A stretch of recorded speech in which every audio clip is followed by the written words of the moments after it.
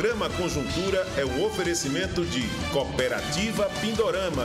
Ninguém é forte sozinho. Começa a Conjuntura aqui pela TV Mar, canal 525 da NET. Hoje vamos conversar com o médico infectologista José Maria Constant, com José Tomás Nonô, presidente do Democratas em Alagoas, e também com o consultor empresarial Luiz Otávio Gomes. A gente conversa com eles daqui a pouco.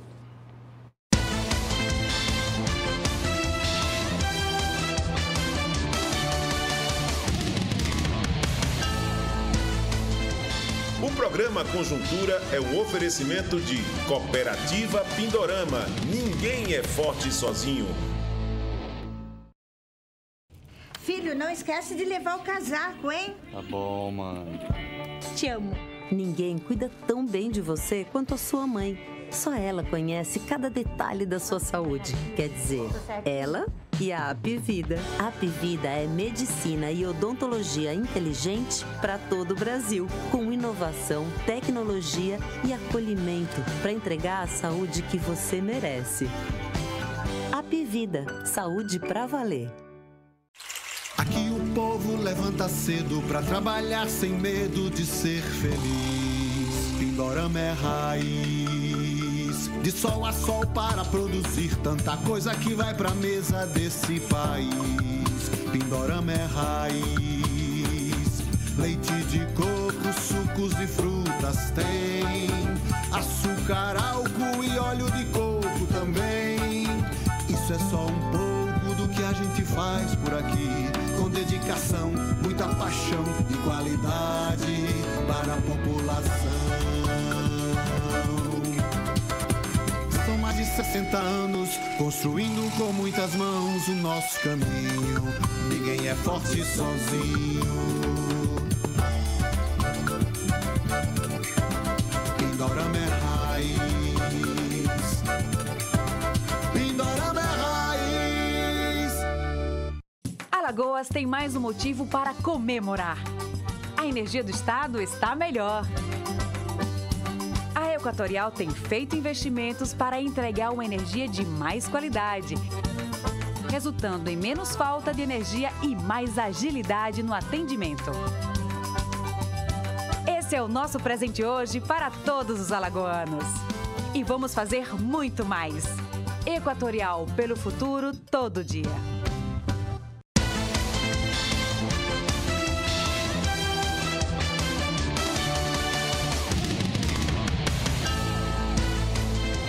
O programa Conjuntura é um oferecimento de Cooperativa Pindorama. Ninguém é forte sozinho.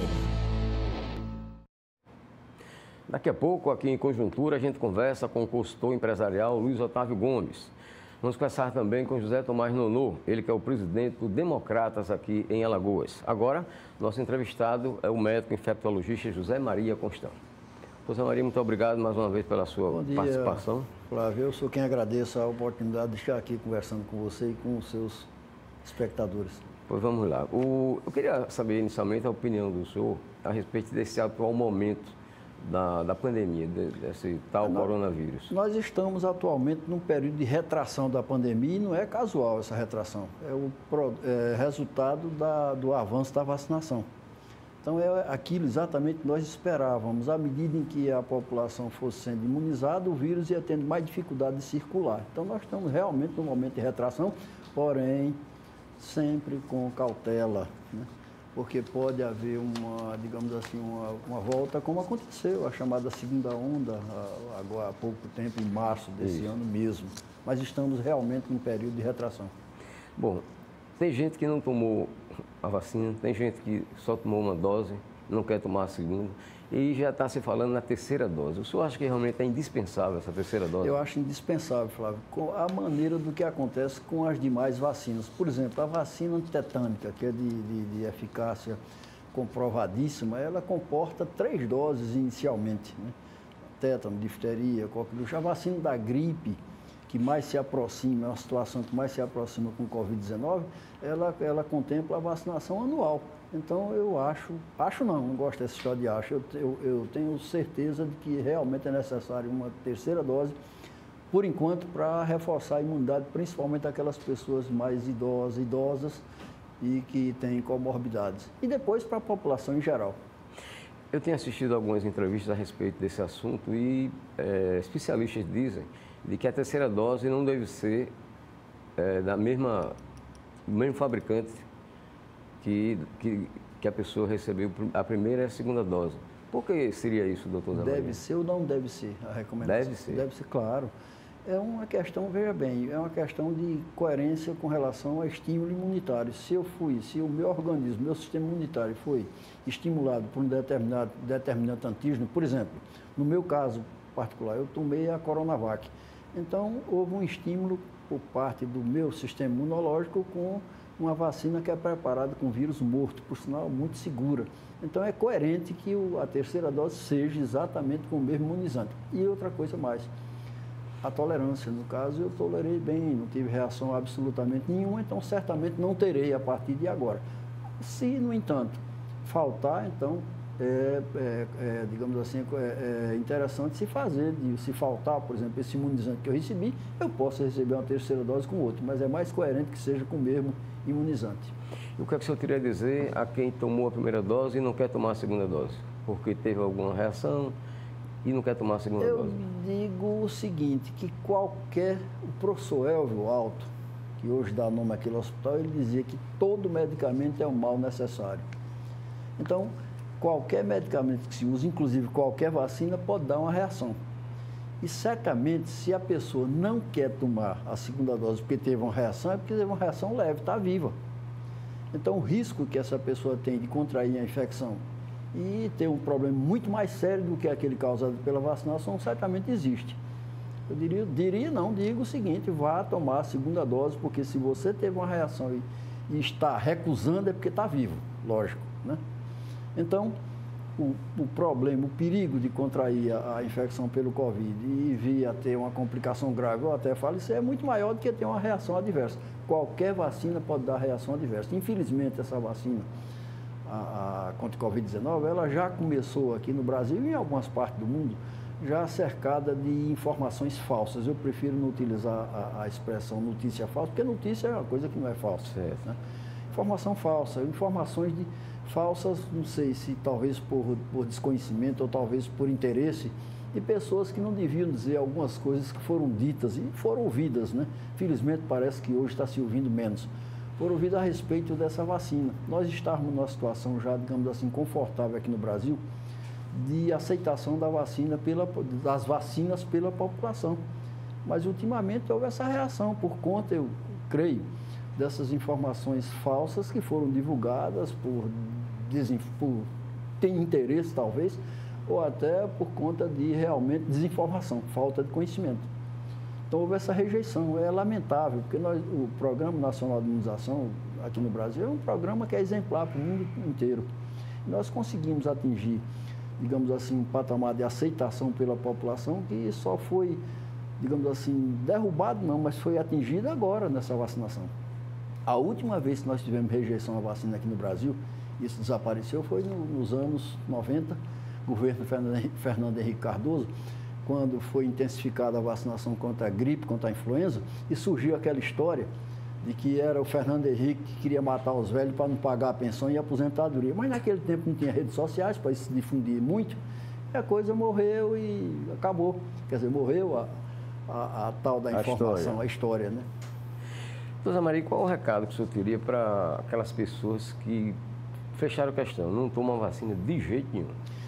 Olha, eu acho lamentável, até porque eu conheço pelo menos duas pessoas, no mínimo, e deve ter mais, que se recusaram terminantemente a tomar a vacina e morreram.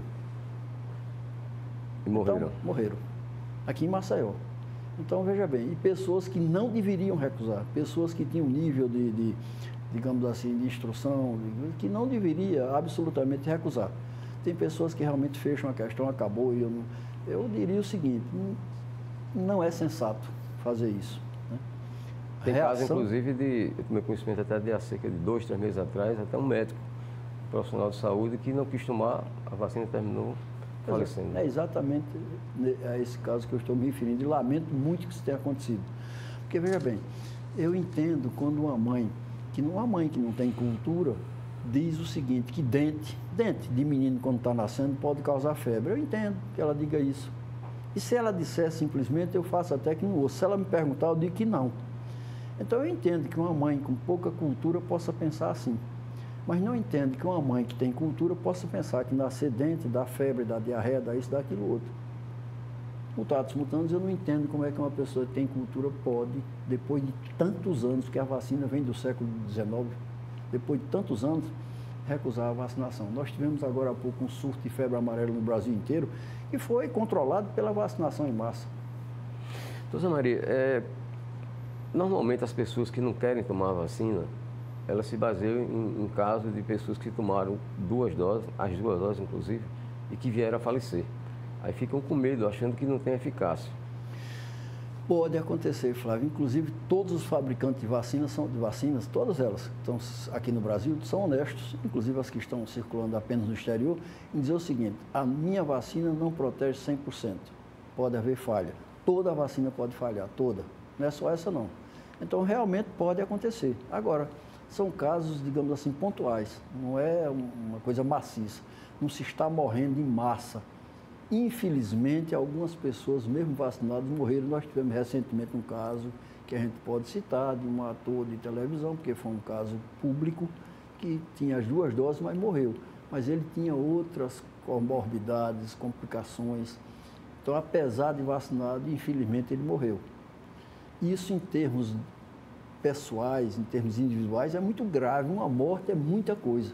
Em termos de saúde pública, quando você pensa em termos de saúde pública, você tem que pensar em percentuais. Então, mais pessoas são beneficiadas do que prejudicadas, muito mais. O senhor concorda com punição para quem não quer tomar vacina? Por exemplo, até demissão do emprego? Eu concordo até certo ponto. Eu não concordo com pegar pela orelha e levar para vacinar. Isso é violência. Mas, por exemplo, eu sou médico, eu trabalho no hospital. Então, é justo que eu não esteja imunizado, ou seja, minimamente protegido, e possa contaminar por não estar minimamente protegido alguém que procura aquele hospital? É justo com aquela pessoa que procura? Quer dizer, aquela pessoa que procura a instituição hospitalar pode ser contaminada lá dentro por uma pessoa que não está imunizada. Então, nesse caso, eu acho que deve se fazer, sim. Como também tem outras medidas, que não precisa, que eu volto a dizer, pegar pela orelha e levar, arrastar, ou como se diz no direito, sob vara, né? Não precisa isso, mas tem algumas medidas que se pode tomar para se, digamos assim, não digo coagir, mas convencer as pessoas a tomarem vacina. É uma questão de justiça, com a coletividade. Quando você se vacina, você não está só se protegendo, você está protegendo a comunidade. Aquela história de imunidade de rebanho, deixando todo mundo pegar a doença, não. Mas a imunidade chamada, eu não gosto dessa história de rebanho, que eu não sou gado, a imunidade coletiva, proporcionado por muita gente vacinada, isso é importante. Então, se vamos admitir que você não esteja vacinado, mas se todos que lhe cercam estão, então você está sendo indiretamente protegido, por conta desses que estão vacinados em torno de você. É por isso que eu acho que deve ser obrigatório, veja bem, usando métodos que não sejam coercitivos para que as pessoas sejam vacinadas. E qual é a opinião do senhor sobre essa polêmica em relação à vacinação de menores? Olha, eu tenho uma opinião que é baseada não em, eu acho que, baseada em estudos. Então, nós sabemos o seguinte, a Anvisa, por sinal, um órgão assim que merece todo o nosso respeito, uma agência reguladora de respeito, tem tomado posições assim muito coerentes. A Anvisa autorizou a vacinação de adolescentes com base em estudos realizados no Brasil, estudos que mostram segurança. Ora, nós tivemos, por exemplo, aqui no Brasil, cerca de 30 milhões, um pouco mais de 30 milhões de adolescentes vacinados, e o índice de efeitos adversos foi em torno de 0,4%, não chegou a 0,5%. Quando você raciocina isso em termos, volto a salientar, digamos, pessoais, uma morte é muito, mas você tem efeitos adversos e uma morte. Um adolescente de 16 anos, eu lamento pela família que perdeu essa menina, mas a morte dessa menina não está relacionada com a vacina, e sim com a doença autoimune que ela tinha, púrpura trombocitopênica. Então, eu acredito que o ministro da Saúde, ele raciocinou, não, digamos assim, com o raciocínio de um sanitarista, que ele não é, ele é um cardiologista. Ora, a gente tem que fazer o seguinte, em termos de saúde pública, você tem que ver os riscos e os benefícios. Se os benefícios superam os riscos, vamos continuar a vacinação como a Anvisa recomendou continuar, assim como a Prefeitura de Maceió continuou, o Estado continuou. E quando eu falo, eu aproveito a ocasião, quando eu falo que o ministro da Saúde certamente tomou essa posição por não ser um sanitarista, eu até retifico aquilo que eu estou dizendo, porque nós temos aqui na sala vizinha o deputado Nonô, que foi secretário de saúde do município de Maceió e foi muito bem, apesar de não ser médico, mas ele estava bem assessorado e tinha uma visão, digamos assim, diferente em termos de saúde pública. Nós tivemos o ministro da Saúde, eu volto a falar, nos anos 90, José Serra, foi excelente ministro da Saúde, apesar de não ser médico. Então, eu acredito que faltou, no caso, ao Ministério da Saúde, talvez um assessoramento melhor para o ministro, para ele ver a coisa do ponto de vista de saúde pública e não do ponto de vista individual. Sou favorável à continuação e mais, por questão de coerência, tem um neto com 17 anos que já tomou e outro com 12 que vai tomar, por recomendação minha. José Maria, o senhor acha que já chegou o momento da retomada de eventos como jogos de futebol, presença de público em estádio? E eventos de música, essas coisas? Estávamos falando agora há pouco no nosso CRB, né? Já vi. Rememorando as grandes figuras do CRB, parece que nosso amigo ali, pelo jeito e pela cor da máscara, é CCA. Mas veja bem, eu não sou favorável à volta agora aos estádios, porque, veja bem, o público do estádio, de um jogo de futebol, é diferente de um público do teatro, do cinema, de um shopping. Não é porque ele seja diferente socialmente, até porque ele não é, né? Mas é por conta da emoção que aquilo desperta. Eu me recordo dos tempos que eu ia aos estádios torcer pelo CRB, que eu só faltava enlouquecer.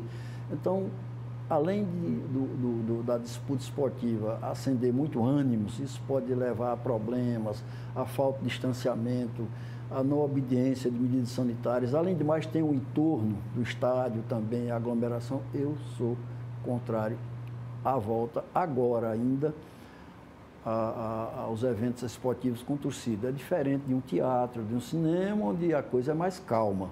Eu aconselho aquilo que o doutor Tancredo Neves aconselhava. Vamos deixar a onda quebrar para estudar a espuma.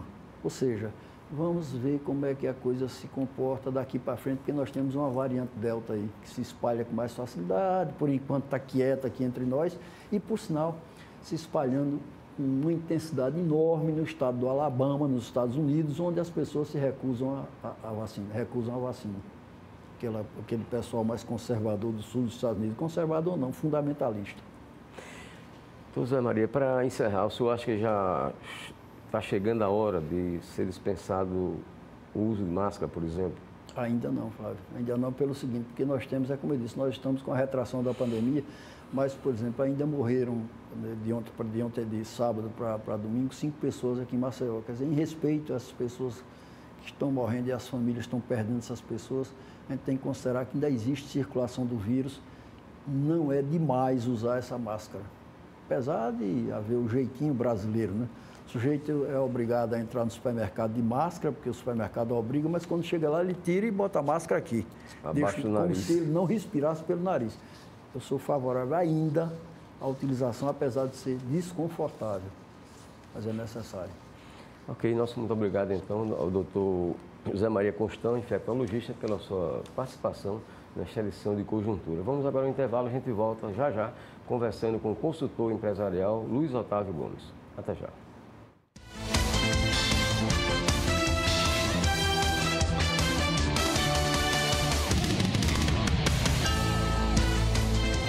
O programa Conjuntura é um oferecimento de Cooperativa Pindorama. Ninguém é forte sozinho.